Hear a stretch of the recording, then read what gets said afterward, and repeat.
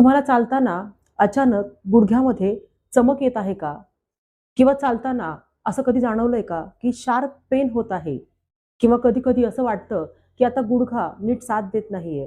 तर हा फक्त साधा त्रास नाही, तर हा आपल्या गुडघ्याचा एक अर्ली वॉर्निंग साइन असू शकतो. तर चालताना आपल्या गुडघ्यामध्ये वेदना किंवा चमक येत असेल, तर सुरुवातीला ही वेदना कमी करण्यासाठी नेमकं काय करायचं? आणि नंतर आपल्या गुडघ्यांची ताकद वाढवण्यासाठी नेमके कोणत्या प्रकारचे एक्सरसाइज करायचे ते आपण आजच्या व्हिडिओमध्ये विस्तृत स्वरूपात पाहणार आहोत. तर त्यासाठी हा व्हिडिओ शेवटपर्यंत नक्कीच पहा. नमस्कार, मी डॉक्टर हेमा, आयुर्वेद तज्ञ, योगा कन्सल्टंट आणि गर्भसंस्कार कोच. आपल्या सर्वांचंच डॉक्टर हेमा या योग परिवारात मनापासून स्वागत. तर चला सुरुवात करूयात. तर आपला गुडघा हा एक वेट बेअरिंग जॉइंट आहे. म्हणजेच आपल्या संपूर्ण शरीराचं वजन आपला गुडघा हा सहन करत असतो. तर आपल्या गुडघ्यामध्ये ह्या वेदना किंवा हा पेन का बरं निर्माण होतो? तर यातलं नंबर 1 चं कारण म्हणजे आपल्या गुडघ्यांच्या सांध्यामधील आपल्या हाडांभोवतीचं जे काही कार्टिलेज आहे, ते हळू-हळू घासलं जातं. नंबर 2 म्हणजे आपल्या जांघेचे स्नायू म्हणजेच आपले थाय मसल्स हे हळू-हळू कमजोर व्हायला लागतात. नंबर 3 म्हणजे आपल्या शरीराचं वाढलेलं वजन. नंबर 4 म्हणजे आपली चालण्याची चुकीची पद्धत आणि नंबर 5 म्हणजे सुरुवातीच्या काळातलं अर्थरायटिस. तर या सगळ्या कारणांमुळे आपल्या गुडघ्यावरचा प्रेशर हळू-हळू वाढायला लागतो आणि त्यामुळेच आपल्या गुडघ्यांमध्ये अचानक चमक किंवा अचानक वेदना आपल्याला जाणवतात. तर आपण ह्या व्हिडिओमध्ये 2 फेजमध्ये आपल्या ह्या गुडघ्यांचं वेदना कमी करण्यासाठी नेमकं काय-काय करायचं आहे ते पाहणार आहोत. तर यातली फेज नंबर 1 म्हणजे पेन फेज. म्हणजे या फेजमध्ये आपल्या गुडघ्यांमध्ये वेदना ह्या जास्त प्रमाणामध्ये असतात. तर या स्टेजमध्ये आपला उद्देश आहे, की आपल्या गुडघ्यामधील या वेदना जास्त प्रमाणात वाढू न देणे. तर या फेजमध्ये आपल्याला 4 गोष्टी करणं खूप महत्त्वाचं आहे. त्यातली नंबर 1 ची गोष्ट म्हणजे आपल्या गुडघ्याला विश्रांती देणं. तर यामध्ये कंप्लीट बेड रेस्ट अपेक्षित नाही. फक्त जास्त प्रमाणामध्ये चालणं किंवा पायऱ्या चढणं हे टाळणं आपल्याला इथे आवश्यक आहे. यामध्ये आपल्याला रेस्ट घेताना हलके मूव्हमेंट्स चालू ठेवायचे आहेत. कारण आपण जर गुडघ्याची मूव्हमेंट पूर्णपणे थांबवली, तर स्टिफनेस येण्याची शक्यता वाढते. त्यामुळे रेस्ट घेताना देखील हलक्या मूव्हमेंट्स आपण चालू ठेवायच्या आहेत. आता यामधील नंबर 2 चा उपाय म्हणजे आईस थेरपी. तर यासाठी आपल्याला थंड पाण्याची पिशवी किंवा प्रत्यक्ष बर्फाने आपल्या गुडघ्याच्या ज्या भागामध्ये वेदना जाणवतात, तर त्या भागामध्ये शेकणं अपेक्षित आहे. शेकताना देखील जर आपण बर्फाने शेकणार असाल, तर एखाद्या कापडामध्ये किंवा एखाद्या पिशवीमध्ये हा बर्फ ठेवून आपल्याला 10 ते 15 मिनिटं ज्या भागावर वेदना जाणवतात, त्या भागावर इथे शेकायचं आहे. जर आपल्याला डायरेक्ट जर बर्फ आपण स्किनवर ठेवला, तर बर्फामुळे देखील आपल्या त्वचेला दुखापत होण्याची शक्यता असते. त्यामुळे डायरेक्ट बर्फाने शेकणं टाळायचं आहे. तर बर्फाभोवती काहीतरी पिशवी लपेटूनच आपण इथे शेकणं गरजेचं आहे. ह्या आईस थेरपीमध्ये आपण ही थेरपी दिवसातून 2 ते 3 वेळा करू शकतो. तर सकाळी, दुपारी, रात्री या काळामध्ये जर आपण ही थेरपी दिली, तर आपल्या गुडघ्यांच्या वेदना कमी होण्यासाठी आपल्याला नक्कीच मदत होईल. तर या आईस थेरपीमुळे आपल्या गुडघ्याचं जे काही स्वेलिंग आहे किंवा इन्फ्लेमेशन आहे, हे कमी होण्यासाठी आपल्याला मदत होते. आता यातील तिसरा उपाय म्हणजे नी सपोर्ट. जेव्हा आपल्याला चालताना वेदना होतात, तर अशा वेळेला आपल्या गुडघ्यांना आपण नी सपोर्ट देण्यासाठी नी कॅप किंवा सपोर्ट बँड वापरू शकता. जर आपल्याला वेदना होत असतील, तर आपण इथे प्रत्येक वेळेला आपल्या गुडघ्यांना नी कॅप लावून आपल्या हालचाली करणं आवश्यक आहे. मग तुम्ही जेव्हा चालायला जाल, फिरायला जाल किंवा घरातील दैनंदिन जीवनातील कामं करताना देखील या नी कॅप कंपल्सरी लावणं गरजेचं आहे. हे वापरल्यामुळे आपल्या गुडघ्याच्या जॉइंटला स्टॅबिलिटी मिळते. आता यातील नंबर 4 म्हणजे सौम्य स्वरूपाच्या हालचाली आपल्या गुडघ्यांसाठी इथे करणं आवश्यक आहे. आता ह्या हालचालींमध्ये काही सोपे-सोपे एक्सरसाइज आपण इथं करणं गरजेचं आहे. यामधील आपला पहिला एक्सरसाइज आहे अँकल रोटेशन. तर ह्या रोटेशनसाठी आपल्याला दोन्ही पायाचे पंजे हे गोलाकार फिरवायचे आहेत. तर आपण हे फिरवून बघूयात. तर सावकाश दोन्ही पायाचे पंजे सुरुवातीला आपण घड्याळाच्या दिशेने फिरवणार आहोत. तर मी 5 वेळा हे फिरवणार आहे. तर आपण सुरुवात करूया. 1, 2, 3, 4, 5. आता आपण पुन्हा हे विरुद्ध दिशेने फिरवायचे म्हणजे अँटी क्लॉकवाईज. काउंट करूयात. 1, 2, 3, 4 5. तर या प्रकारे आपल्याला आपल्या पायाचे घोटे, मी आता इथे 5-5 वेळा हे रोटेशन केलेलं आहे. आपण हे 10-10 वेळा रोटेशन करायचं आहे. हे रोटेशन करताना जर आपल्याला काही वेदना जाणवत असतील तर आपल्याला ज्या पद्धतीनं हे रोटेशन ज्या मर्यादेपर्यंत करता येईल त्या मर्यादेपर्यंत करायचं आहे. या रोटेशनच्या एक्सरसाइजमुळे आपल्या पायामधील ब्लड सर्क्युलेशन इम्प्रूव्ह व्हायला खूप मदत होते. आता यामधील दुसरी एक्सरसाइज आहे टो मूव्हमेंट्स. तर हे करण्यासाठी देखील आपल्याला बसलेल्या स्थितीमधून फक्त आपल्या पायाच्या बोटांची हालचाल मागे आणि पुढे या प्रकारे करायची आहे. तर आपण काउंटिंग करून 5 वेळा हे करायचंय. सावकाश आपण करूयात. 1 2 3 4 5 6 7 8 9 10. रिलॅक्स. तर या पद्धतीनं आपण आपल्या बोटांची हालचाल ही साधारणतः 20 ते 30 वेळा करू शकता. तर या हालचालीमुळे आपल्या पायामध्ये स्टिफनेस कमी व्हायला आपल्याला मदत होते. तसेच बोटांची हालचाल करताना देखील कोणत्याही प्रकारचा जर्क बसणार नाही याची काळजी आपल्याला घ्यायची आहे. आता यामधील तिसरी एक्सरसाइज आहे जेंटल नी बेंडिंग. म्हणजे आपल्याला एकदम सावकाश आपला गुडघा वाकवायचा आहे आणि सावकाश हा सरळ करायचा आहे. तर ही एक्सरसाइज देखील आपण बसून किंवा झोपून देखील करू शकता. तर मी आपल्याला ही बसून करून दाखवणार आहे. आपण ही झोपून करू शकता. जे आतापर्यंत जे 2 एक्सरसाइज मी आपल्याला सांगितले आहेत ते देखील आपण झोपून केले तरी चालणार आहे. एक्सरसाइज करताना पायाखाली काहीतरी उशी ठेवून एक्सरसाइज केली तरी देखील चालणार आहे. तर आपण आता जेंटल नी बेंडिंग एक्सरसाइज करून बघूयात. त्यासाठी सावकाश हळू-हळू आपल्याला गुडघा ज्या मर्यादेपर्यंत वेदना होणार नाही त्या मर्यादेपर्यंतच वाकवायचा आहे. तर सावकाश हळू-हळू हा गुडघा स्लाइड करत थोडा जवळ आणायचा आहे आणि पुन्हा सावकाश सरळ करायचा आहे. तर हीच एक्सरसाइज आपण दुसऱ्या पायाने देखील करू शकतो. हळू-हळू सावकाश पाय थोडासा आपल्याला गुडघ्यात वाकवायचा आहे आणि पुन्हा सावकाश पाय सरळ करायचा आहे. तर जशी ही एक्सरसाइज मी बसून केलेली आहे त्याच प्रकारे आपल्याला ही झोपून देखील करता येईल.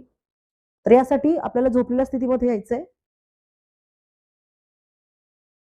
आणि सावकाश आपला जो काही गुडघा आहे तो हळू-हळू आपल्याला वाकवायचा आहे. तर हळू-हळू थोडासा पाय आपल्याला इथे बेंड करायचा आहे आणि सावकाश पाय स्लाइड करत पुढे न्यायचा आहे. पुन्हा एकदा आपण दुसऱ्या पायाने करून बघूया. सावकाश स्लाइड करत पाय जवळ घ्यायचा आहे. सावकाश पाय पुन्हा सरळ करायचा. या हालचालीमध्ये आपला गुडघा वाकवताना देखील ज्या मर्यादेपर्यंत आपल्याला वेदना जाणवणार नाही तोपर्यंतच आपल्याला हा गुडघा वाकवायचा आहे. तर ही हालचाल करताना देखील आपल्याला 10 ते 15 वेळा ही हालचाल करायची आहे. तर ह्या हालचालीमुळे आपल्या गुडघ्याच्या जॉइंट मधील जी काही मूव्हमेंट आहे ती मेंटेन व्हायला आपल्याला मदत होते. तर आपण आतापर्यंत फेज 1 म्हणजे ज्या काळामध्ये आपल्या गुडघ्यांमध्ये वेदना असतात त्या काळामध्ये नेमकं काय काय करायचंय या सगळ्या गोष्टी आपण क्रमाक्रमाने पाहिलेल्या आहेत.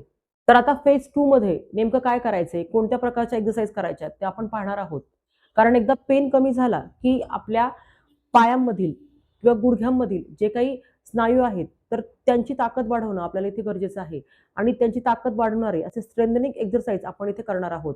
तर असे 5 प्रकारचे एक्सरसाइज आपण करून पाहणार आहोत. तर आपला पहिला एक्सरसाइज आहे स्ट्रेट लेग रेज. तर यासाठी आपल्याला झोपलेल्या स्थितीमधून आपला एक पाय सावकाश गुडघ्यामध्ये वाकवायचा आहे आणि आता दुसरा पाय हळूहळू आपल्याला जमिनीपासून 1 ते 1.5 फूट अंतरापर्यंत वरती न्यायचा आहे. तर या पद्धतीने आता या स्थितीवर आपला पाय आणल्यानंतर साधारणतः 5 ते 10 सेकंद ते होल्ड करायचं आहे. तर मी ते काउंटिंग करणार आहे. 1 2 3 4 5. रिलॅक्स. सावकाश हळूहळूच पाय खाली आणायचा आहे. एकदम झटक्याने पाय खाली सोडायचा नाहीये आपल्याला. आता सावकाश हीच क्रिया दुसऱ्या पायाने करायची. तर आता हा सावकाश आता मी उजवा पाय सरळ केलाय आणि आता डावा पाय जो मगाशी वर उचललेला होता तो आता सावकाश आपल्याला पुन्हा एकदा गुडघ्यात वाकवायचा आहे आणि शरीराच्या जवळ आणायचं आहे. आता स्ट्रेट लेग रेस ही क्रिया आपण आता दुसऱ्या पायाने करणार आहोत. तर यासाठी पुन्हा एकदा श्वास घेत हळूहळू आपल्याला ह्या पायाला वर घ्यायचंय. साधारणतः 1 ते 1.5 फूट अंतरापर्यंत पायाला वर न्यायचंय. आता पुन्हा एकदा आपण इथे हा पाय स्थिर ठेवायचा आहे, होल्ड करायचा आहे. मी इथे काउंटिंग करणार आहे. 1 2 3 4 5. रिलॅक्स. सावकाश पाय जमिनीवर. तर दुसरा पाय सावकाश सरळ करायचा आहे, रिलॅक्स करायचंय. जर ही क्रिया करताना सुरुवातीच्या काळामध्ये आपण 5-5 सेकंद जरी आपल्याला आपला पाय वरती पकडता आला तरी चालणार आहे. हळूहळू 10 सेकंदापर्यंत आपल्याला आपला पायवर होल्ड करण्याचा सराव करायचा आहे. अंक देताना मनातल्या मनात हे अंक आपल्याला द्यायचे आहेत. ही क्रिया आपल्याला साधारणपणे 10 वेळा रिपीट करायची आहे. म्हणजे एका पायाने 10 वेळा, दुसऱ्या पायाने 10 वेळा. अशा रिपिटेशन्स मध्ये जर आपण ही क्रिया केली तर आपल्या जांघेचे म्हणजे आपल्या मांडीचे स्नायू मजबूत होण्यासाठी आपल्याला अतिशय या एक्सरसाइजची मदत होणार आहे. तसेच आपल्या गुडघ्याला सपोर्ट मिळण्यासाठी देखील ही एक्सरसाइज अतिशय उपयुक्त आहे. आता दुसरी एक्सरसाइज आहे कॉर्ड टाइटनिंग. तर ही एक्सरसाइज करण्यासाठी देखील आपण बसलेल्या स्थितीमधून किंवा झोपलेल्या स्थितीमधून देखील करू शकतो. तर ह्या एक्सरसाइजसाठी आपल्याला एक छोटासा टॉवेल किंवा नॅपकिन असला तरी चालणार आहे. तर आपल्याला हा नॅपकिन आपल्या गुडघ्याच्या खाली ठेवायचा आहे या पद्धतीने. आणि आता सावकाश आपल्याला हळूहळू हा जो काही नॅपकिन किंवा टॉवेल आहे तो आपल्याला गुडघ्याच्या साहाय्याने खाली दाबण्याचा प्रयत्न करायचा आहे.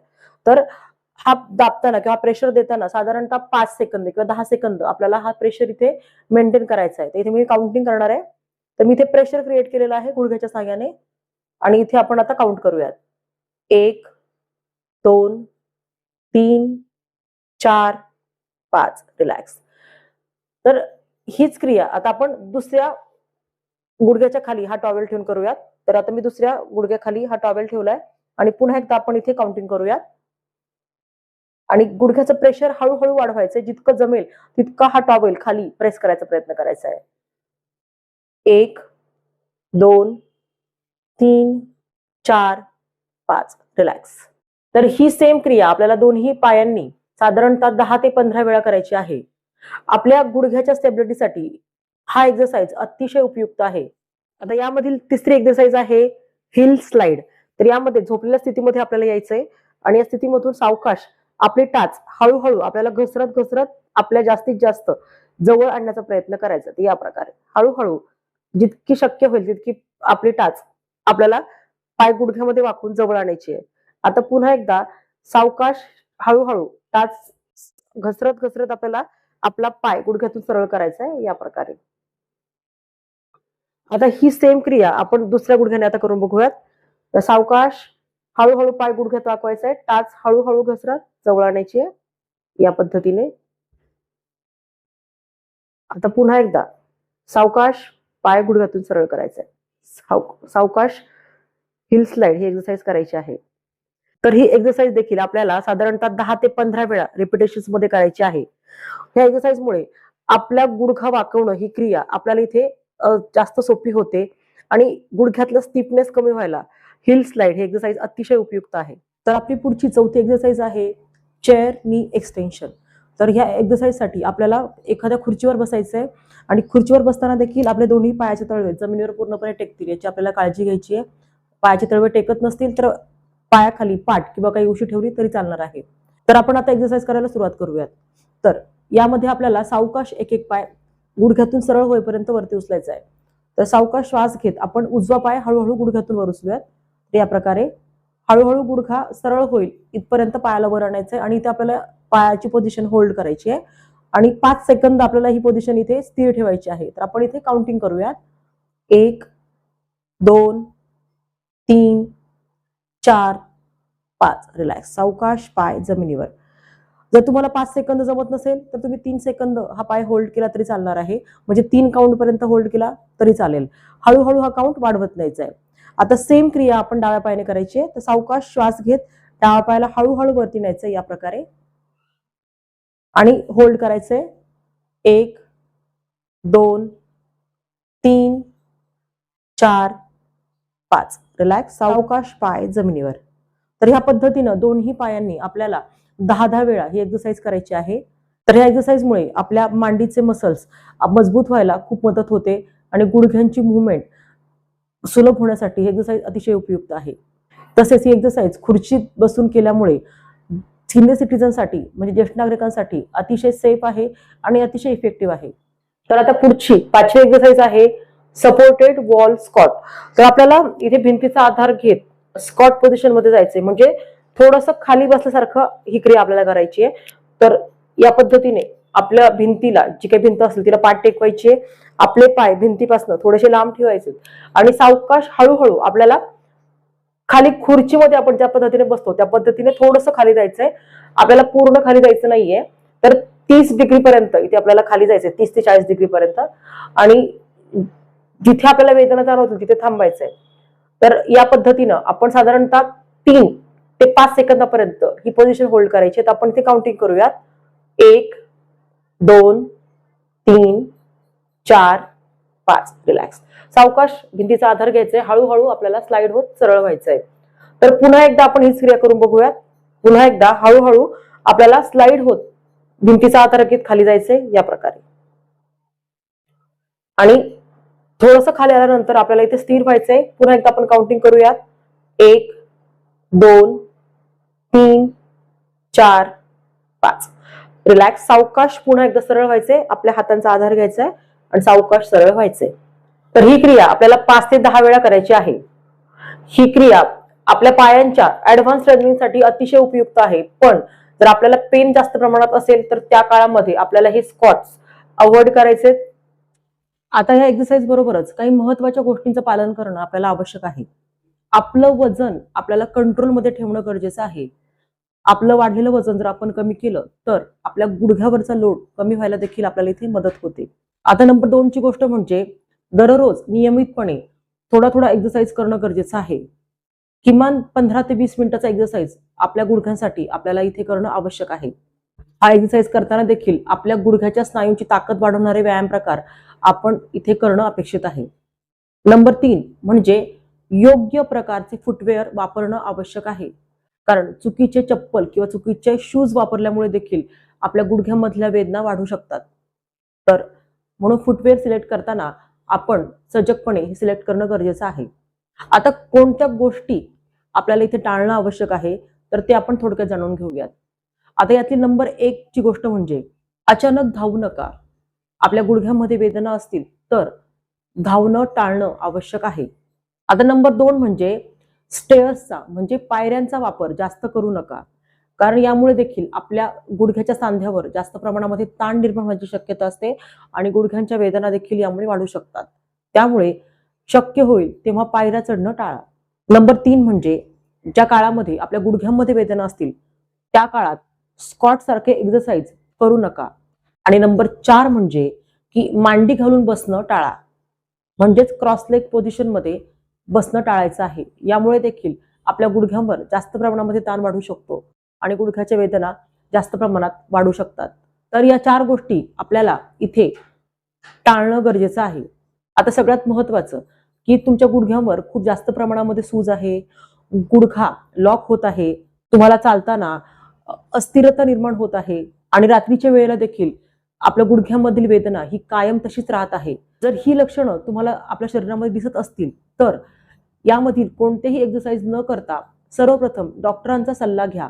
लक्षात ठेवा, आपलं पेन कमी करणं एवढंच पुरेसं नाही तर आपल्या गुडघ्याची ताकद वाढवणं देखील आपल्याला अतिशय आवश्यक आहे.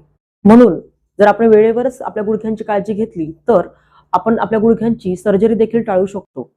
हा व्हिडिओ आपल्याला उपयोगी वाटला असेल तर नक्कीच व्हिडिओला लाईक करा आणि इतरांना आपल्या गुडघेदुखीच्या वेदनेतून मुक्त करण्यासाठी आपण हा व्हिडिओ शेअर देखील करू शकता.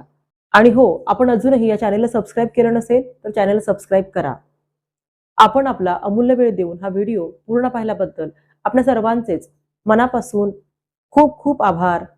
पुन्हा भेटूयात अशाच एका नवीन आणि आरोग्यपूर्ण व्हिडिओ सोबत. तोपर्यंत आपल्या गुडघ्यांची काळजी घेण्यासाठी मी सांगितलेले हे सर्व एक्सरसाइज करा आणि स्वस्थ रहा. धन्यवाद.